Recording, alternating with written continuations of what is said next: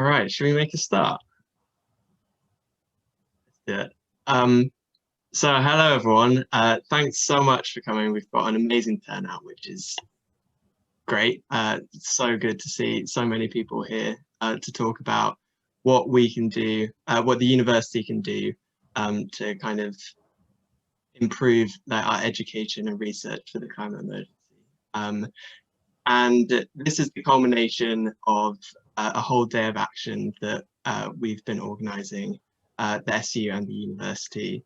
And we're hoping that out of this event, there'll be lots of ideas and activities going on in different schools and programs across the university around education for the climate emergency.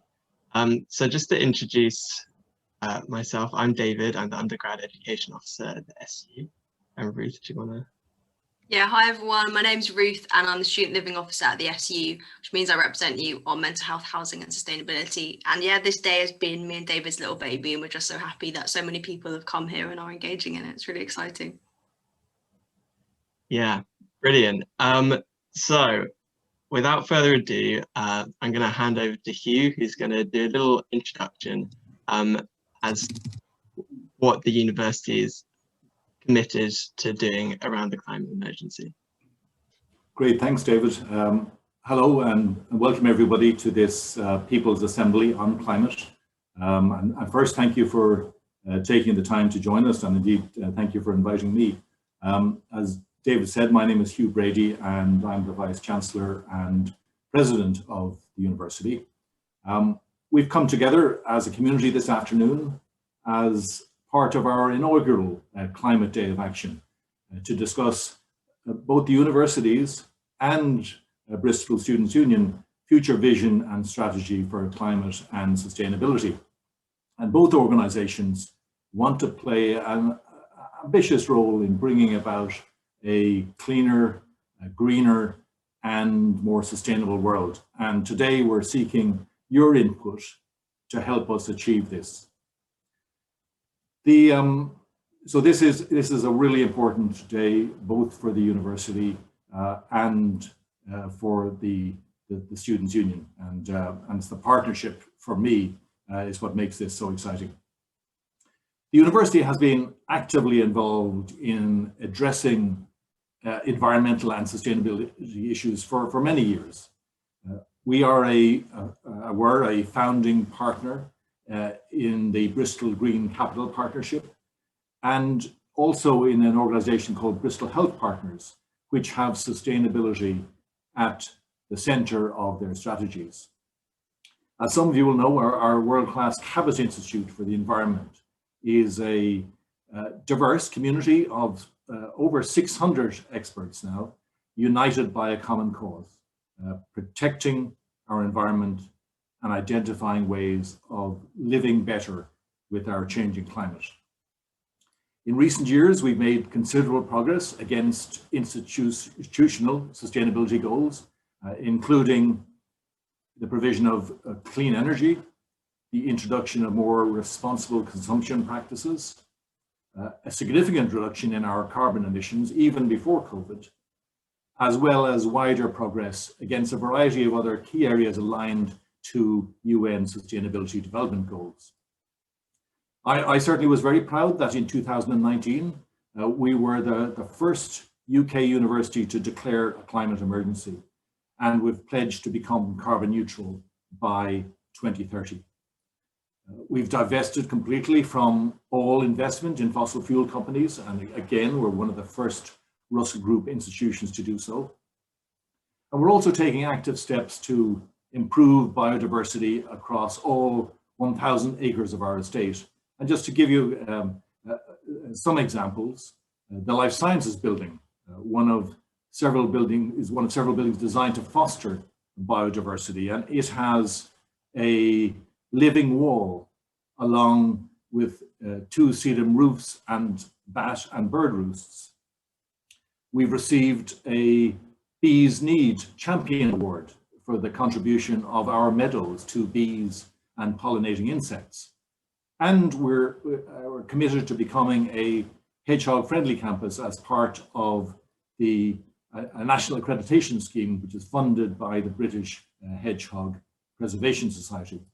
And just last month, very importantly, we switched the university's default search engine on campus computers to Ecosia, which uses its revenues to fund tree planting in 20 different projects across the world where trees are needed most.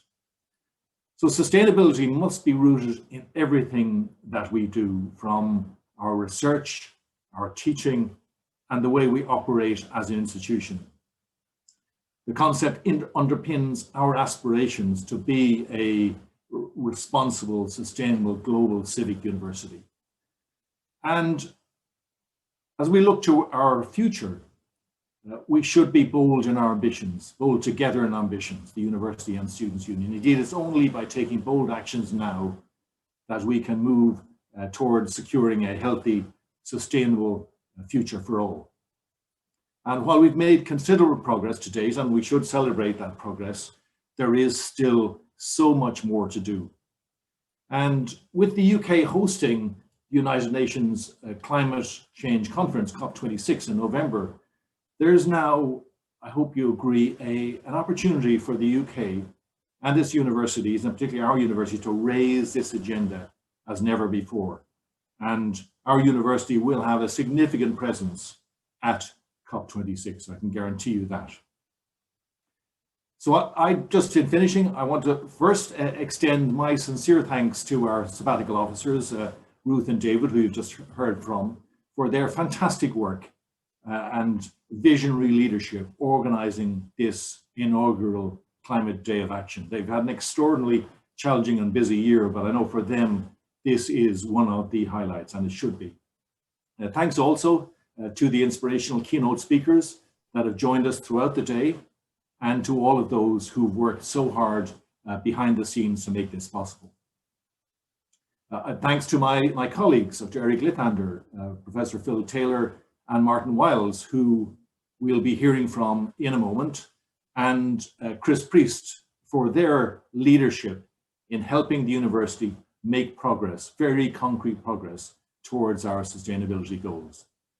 And finally, a big thank you to all of you for being so engaged in this important agenda. It will be your ideas, it'll be your bold ideas that will influence this agenda in a manner that no other generation in the past has ever done. When we're finished today's proceedings, we'll all look at this, I hope, as the start rather than the end of the conversation. So with that, thank you again for inviting me, and over to Martin. So thank you, Hugh. So David and Ruth have asked me to say just a little bit about what the university has been doing around sustainability in a little bit more detail. So I'm just going to say, I'm head of sustainability. I head a team of about 12 based in the campus division, and we've got three sort of primary aims that we were set up to do, which was to look at reducing carbon, to introduce kind of sustainable and circular economy principles into what we do, and also to look at sustainable transport. But in reality, the delivery of those things means that we start to be involved in a whole range of processes across the university. So that's everything from the foods that we have through our catering, procurement and the things that we buy, biodiversity, which Hugh's mentioned, how we construct and maintain our buildings, right through to what we teach students around sustainability and how they learn about it, and also how research contributes to this agenda. So we get involved in all of those areas and all of those activities, but what sort of things do we do? So over the last 5 years, we've invested about £10 million in energy efficiency measures. So a whole range of things that have gone out there, including renewable energy. We run a whole load of initiatives around raising awareness. So Green Impact, many of you will be familiar with, but also Be the Change, and other engagement projects.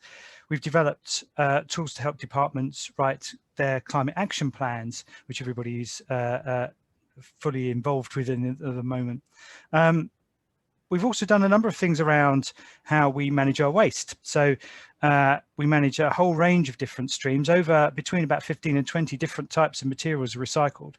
And we've developed programs around food waste, single-use plastic, and of course we run the Big Give, which looks to take stuff from the halls of residence at the end of term to be reused within the city, and that contributes significantly to local charities.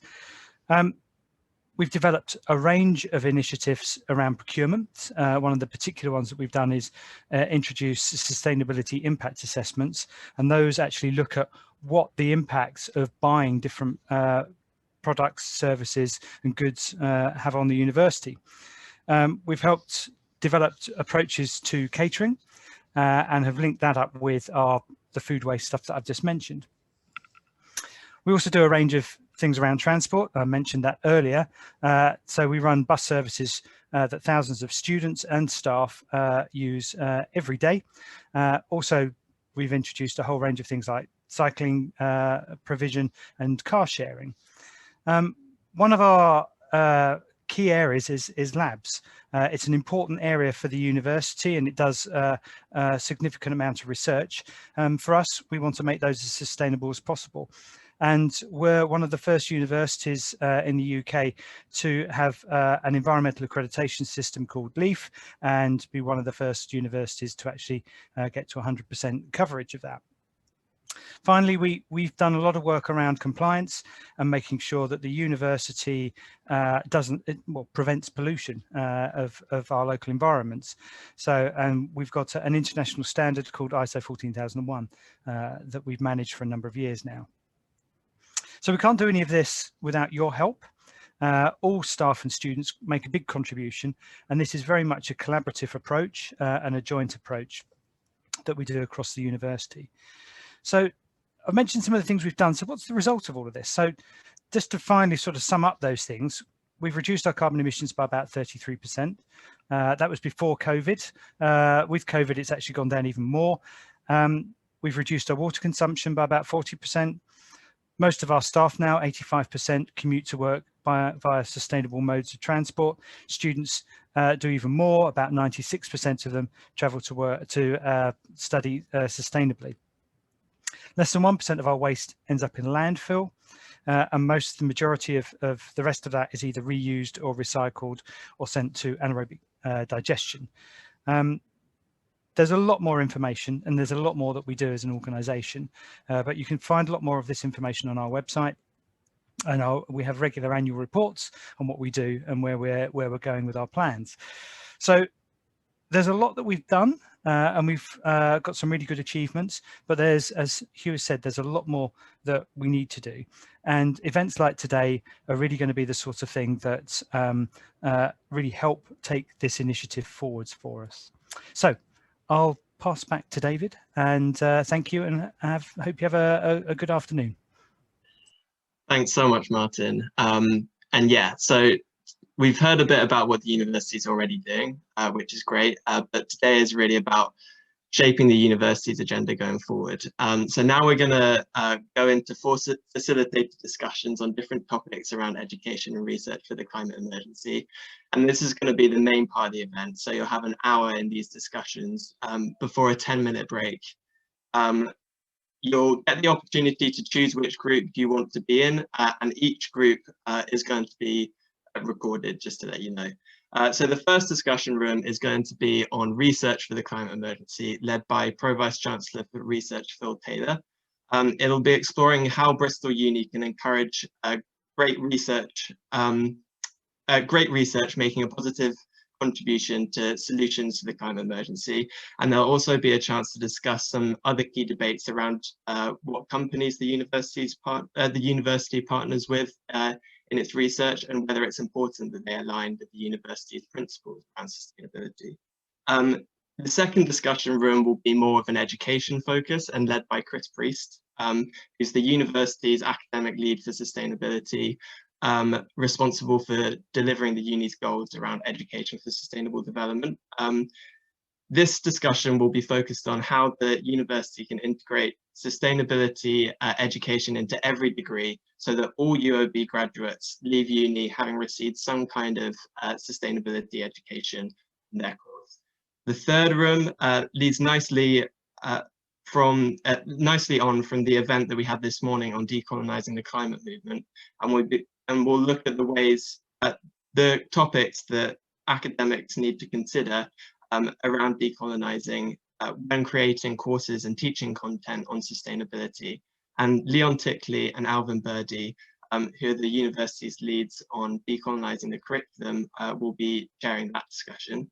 And then finally, me and Ruth will be leading the fourth room on what the SU can be doing to get students more active and engaged in action around the climate emergency. It's a chance to discuss what kind of campaigns and activism students want to see from the SU and how we can support student groups to engage in this activity. So we're going to be recording all your ideas on Padlets for each room, and people can also like suggestions as a way of voting so we can get an idea of what you guys think should be prioritized. Obviously, these rooms are whatever you want to make of them, but I think it will be useful for me to talk about what kind of outcomes we envisage from these discussions. So what we thought that we really wanted was everyone to think about actions and suggestions that can shape the university's direction and work in the field that you're discussing. But on top of that, we want all attendees today to think about the kind of actions that they can take away to a more local level, to your schools and your programs, to see what you can do with other people to push this agenda forward at a local level, because often the most change in education is made at that local level.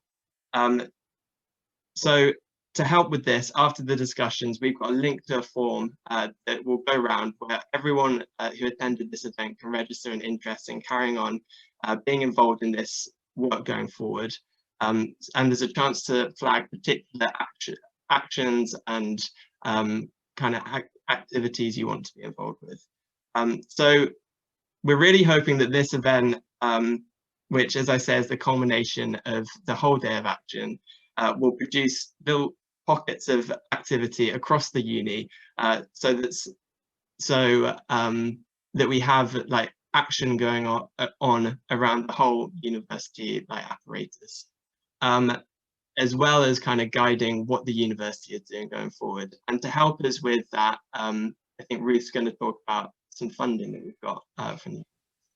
Yeah, we're really excited to announce that we've managed to secure, with the help of Eric Lathander, £20,000 from the alumni office to fund sustainability activity in the university, which is really, really important. And obviously we'll be listening to all of the ideas that you put on those Padlets. We'll be talking within ourselves as an SU, within the university, and within the sustainability network at the SU. So just wanted to flag that no idea is too big. We do have a pot of money that we can use to fund some really exciting ideas and really move forward sustainability at our university. So, you know, use your Padlets, like share your ideas, and we're just really excited to be able to move all your ideas forward. Amazing, thanks Ruth. So yeah, I think that we can now put up the options for the different discussions that people want to go into.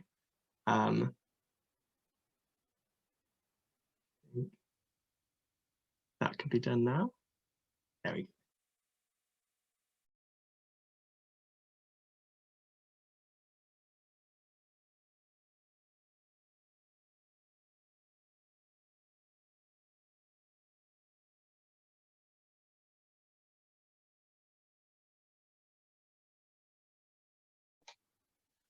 All right,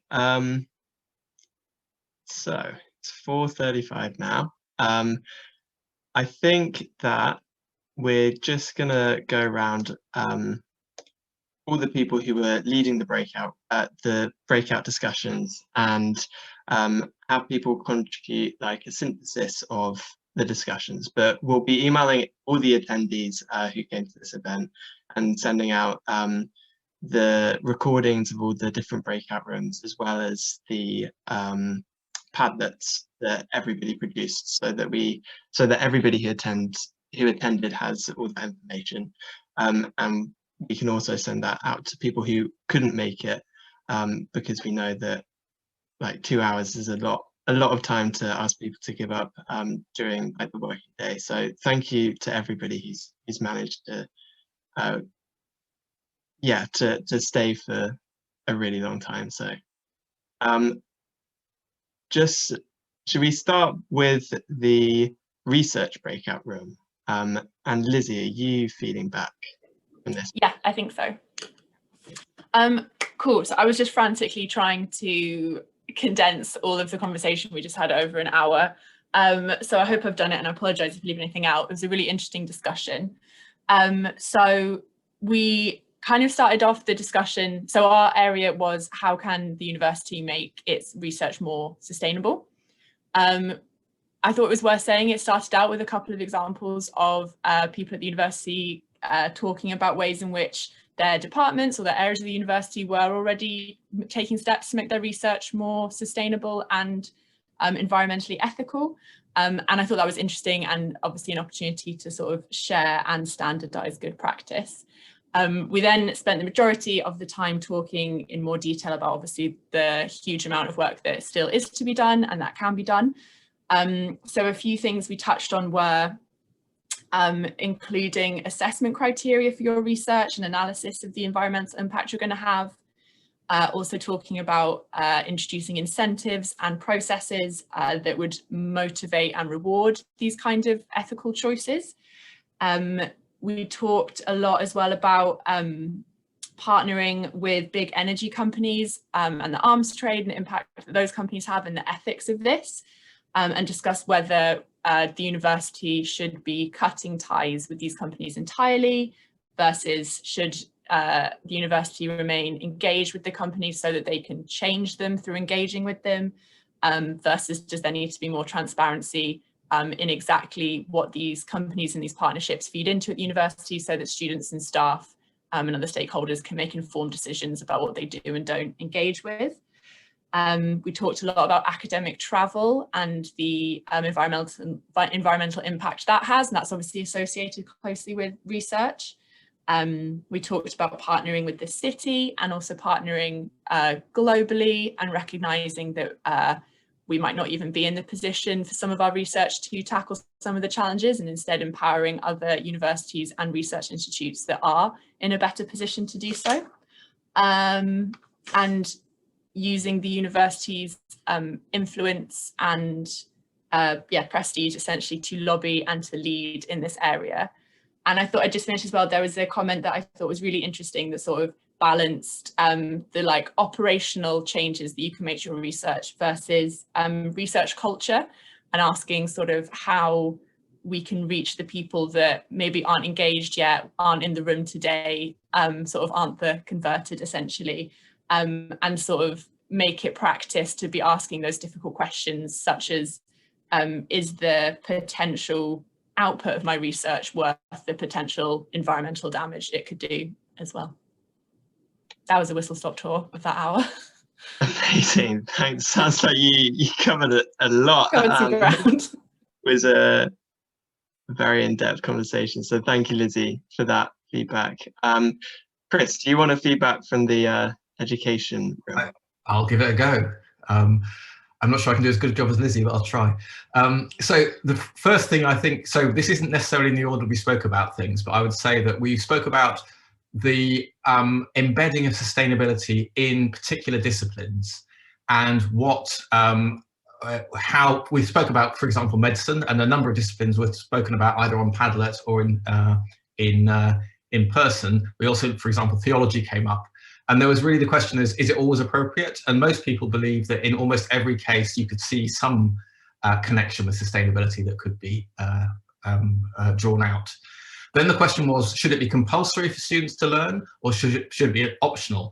And one thing that came up, I think it was student Nina, made the suggestion that we have a certain amount that's compulsory, kind of like almost like a taster overview. And then those students that are more interested can explore in more deeply through options, etc., specific to their discipline.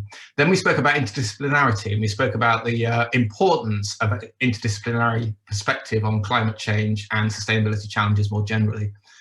And we spoke about how that can be done. And Oscar shared the way that they do it in politics, where he runs a course where he is effectively presenting the course, but he has a number of interviews with people from elsewhere in the university, sharing science of climate, etc., or psychology of climate denial, and how it can all be brought together in this way. And we spoke about whether these things should be done subject specific, or maybe should be done through interdisciplinary units which are shared across several disciplines. And there was difference of views about that. People felt, particularly for interdisciplinary units, that what was really beneficial was having students come together from different disciplines to work together on a challenge and learn about the different ways people are thinking, etc. We touched briefly on whether you could assess the carbon footprint of a university course and whether that's appropriate or not. There's a debate going on in our chat as to whether or not that was appropriate. Though biology did feel that we should at least make students aware of the environmental costs of their choice of field trip, if the environmental costs of going, for example, if they choose to go further away, is one of the things that the life sciences are already doing. We also spoke about how people can think that it's not sort of core, but how actually for most students it will form part of their career and their life, because it touches all of us in a way. And we also spoke about how maybe there's this idea that you have to fit it in, but if you think about it in a different way, you think about it as a more fundamental thing, which actually underpins our lives that we live now, then it becomes far easier to kind of understand how it can be fitted in. And lastly, not last in terms of what we spoke about, but last thing that I want to share with you is we spoke about climate anxiety and how mental health can be impacted by engaging with these issues, and the recognition that we need to find ways for both students and staff to kind of engage with support when we face these issues, and whether we can do that together in some way and what can be provided. So that's kind of an overview. There was more that I've missed, but it will all be on the Padlet. Check it out. Thank you so much, Chris. And yeah, hopefully that's given you your next few years of work to get through. So Leon, are you feeding back from the Decolonizing the climate education group? I don't mind having a first go, and Alvin and others can chip in when I inevitably miss things out. So we had a stimulating discussion in the group. We looked at the relationship between decolonization and sustainability agendas, how they're, and as one person put it, they're two sides of the same coin. That, you know, if you go back through history, you can see the relationship between the colonial encounter. There was an example from mining, the introduction of extractivist kind of mining practices, and how that had a knock-on implications for the environment, as well as for human development as well. And one could look at lots of different areas to see those connections. So one of the practical things that came out was that we should be exploring through the disciplines those relationships between sustainability and colonialism. Also, you know, in education, the role of education has often been to move people away from their indigenous roots and indigenous, locally based and indigenous knowledge systems that affects their ability then to access those knowledge systems. So education is both implicated, but also a possible solution. And when we started thinking about education in that way, we started thinking about the importance of teaching about different philosophies and ways of being in the world, of understanding nature, the natural and the social world, and to bring different ways of understanding into constructive conversation with each other to solve the wicked problems of sustainability.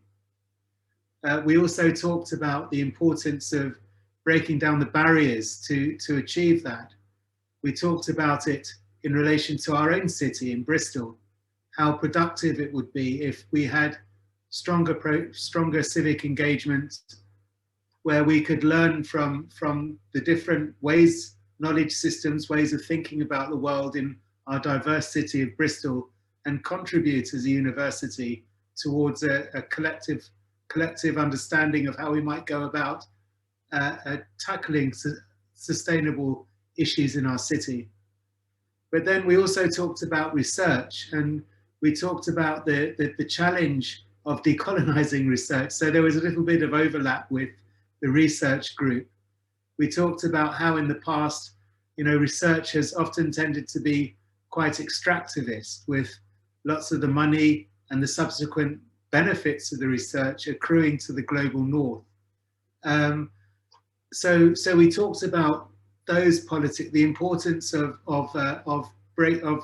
breaking down those barriers and trying to reconfigure research in a way that brings different forms of knowledge together and different interests together to solve problems. The last point was really about how to engage students, people of colour, in our discussions around sustainability. And this, you know, as was discussed, I think, in more depth this morning, it's very challenging. We had some people of colour giving their own experiences, some of which are to do with the nature of the discussion, and the extent to which it is inclusive, but also very practical issues to do with the current pandemic and how difficult it is to get involved. So lots to think about there for the Students' Union. But I'll stop there. Brilliant, thank you, Leon. Yeah, again, just sounds like everybody has covered so much in that hour, which is amazing. And yeah, we'll be looking really closely at all the Padlets that have come out of it, and all the kind of notes that have been taken, and yeah, helping that form our work as an SU and also the university's work going forward. So talking to the SU, Ruth, do you want to feedback on our chat that we had with students in our room? Yep, sounds good. And sorry if things are a bit weird. My computer's given up the ghost and I'm on my phone. So apologies if also I forget other stuff, but I'm sure, as David said, we'll send around the Padlets and you can properly catch up. But yes, we were talking about what more the SU can do to empower students to take action around the climate emergency. So we started with a little chat about what we can do via like societies and student groups. So it's all about, we began by talking about what we can do to incentivize students to take action. And one of the things that we came up with is always trying to keep the climate on the agenda, sort of giving real visibility to climate and all the work we're doing to sort of keep it in the forefront of student minds as best as we can. And then that kind of nicely segued into campaigns, so campaigns that we can do to keep the climate on the agenda. So lots of people were interested in, you know, letting us all experience the beauty of nature and the green spaces around us. So sort of, I guess, in a way, it really, being around nature really does highlight what climate change could take away, if that makes sense. So encouraging students to go outside more and to engage more with like the beautiful green spaces that's slightly outside the city, but then also linking to a campaign which I know the Sustainability Network is doing around having more green spaces on campus and more green spaces around us. Another thing that was brought up was around like recycling awareness, so trying to get more information, more easily digestible information to students, and doing a bit of a awareness raising campaign in halls, as I know that quite a number of students in halls do find the whole process is really confusing, and this is, I guess, an easy way to keep, you know, the climate and green things on the agenda for students in halls. And we also talked a little bit about the SU shop, which is something that we can take away and how we can make that more green, and also collaborations between like the SU, the Hungry Caterpillar Food Co-op, and the team up at Stoke Bishop on like creating a plastic-free shop. I know there's talk about plastic-free shop in Hyatt Bay, which is really exciting, and how we can all work together to essentially make that a reality. Another really important thing that was mentioned was sort of the need for university accountability to students around the climate. So I think students are on the ground and really, really interested in knowing about all the really exciting stuff we're doing and how we're meeting those really impressive targets we've made in the sustainability strategy. It's all about making sure that every year, or even more regularly than that, there is a really easily digestible, like digest almost, of all the stuff that we've done and how we're matching up to the targets that we've made. And then I think a really important point was that, you know, us as a university and us as students, we actually have quite a lot of power and influence. For example, as a university, obviously we're really well renowned, we have a really good reputation, and we can really use our powers to encourage our colleagues in the Russell Group and other institutions to sort of take some of the really important measures that we have taken, such as going fossil free. But we can also use our power as students and the university within the city. Like, I think a lot of shops and a lot of businesses, for example, bank on students and sort of like our buying power and stuff. And if there is something that we want to change and we want to try and make the community around us greener, then we can actually use our power and our influence within that space, and should be working not just to influence the institutions around us, but also the local community. And then just as a final little wrap up, we asked, what can we be doing as an officer team? How can we raise the student voice better? And it was actually quite heartwarming to hear that it was stuff like do events like this. You know, students, you know, got a lot on their plate, got to do a degree on top of like everything else that's going on in the world. So, you know, the onus is on us to represent the student voice essentially, and have really open events like this where we can hear the student voice, we can really understand what the priorities are, and then all of us, you know, who work full time in this kind of stuff, we can take that away and we can really, really make change. And yeah, I think it's just really important that we as a student union, but also we as a university, listen to the student voice and, you know, make these people's assemblies more regular, because, you know, a lot of people are engaging and really, really exciting discussions come out of it. I probably missed some stuff, but I think that covers the majority of our discussion. That was amazing, Ruth. Thank you. So just to wrap up, like, what next? We don't want this to be, as Hugh said, the end of the conversation. We want it to be like the start of action going forward. So immediately, like in the next week, we'll be collating like all the recordings, all the Padlet info and stuff, all the kind of resources that have come straight out of this event, and sending it to everybody who attended, and like, feel free to forward that to other colleagues and friends who couldn't be here but really want to be involved.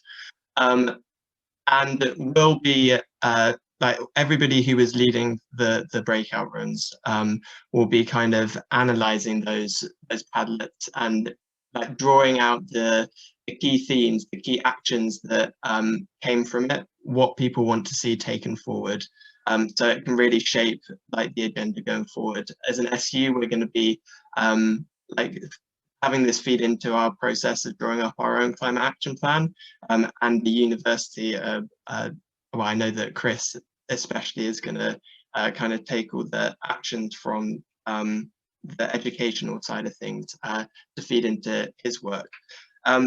But then there's the other side of it, which is kind of inspiring action among staff and students. And I'm just going to pop a link in the chat. Ooh, that didn't work. I don't know why. Oh, sorry. I was trying to send it to an individual rather than the whole chat. There we go. And that link is to a form that people can fill in if you're interested in carrying on being involved in this work going forward. And you can, there's like the 4 options of the 4 different discussions that we had over the last 2 hours. And you can kind of tick the boxes of things that you want to carry on engaging with. And also an option to kind of take away actions yourself, so that we know like who's taking away actions, and we can kind of do some follow-up work and hopefully like get some people together who have similar aims that they want to achieve. So yeah, there's those 2 kind of strands, what we'll do and the university will do centrally, and also like what everybody else can do. And hopefully that is captured in that form, which literally takes 20 seconds, which will also be going out with all the resources that we will send to everybody who came today.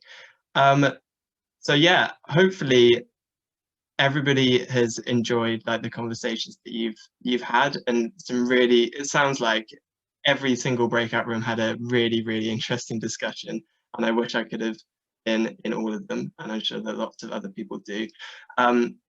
But yeah, I hope that it's inspired people to kind of take action into their local school or program, or department. And yeah, thank you so much, everybody, for coming.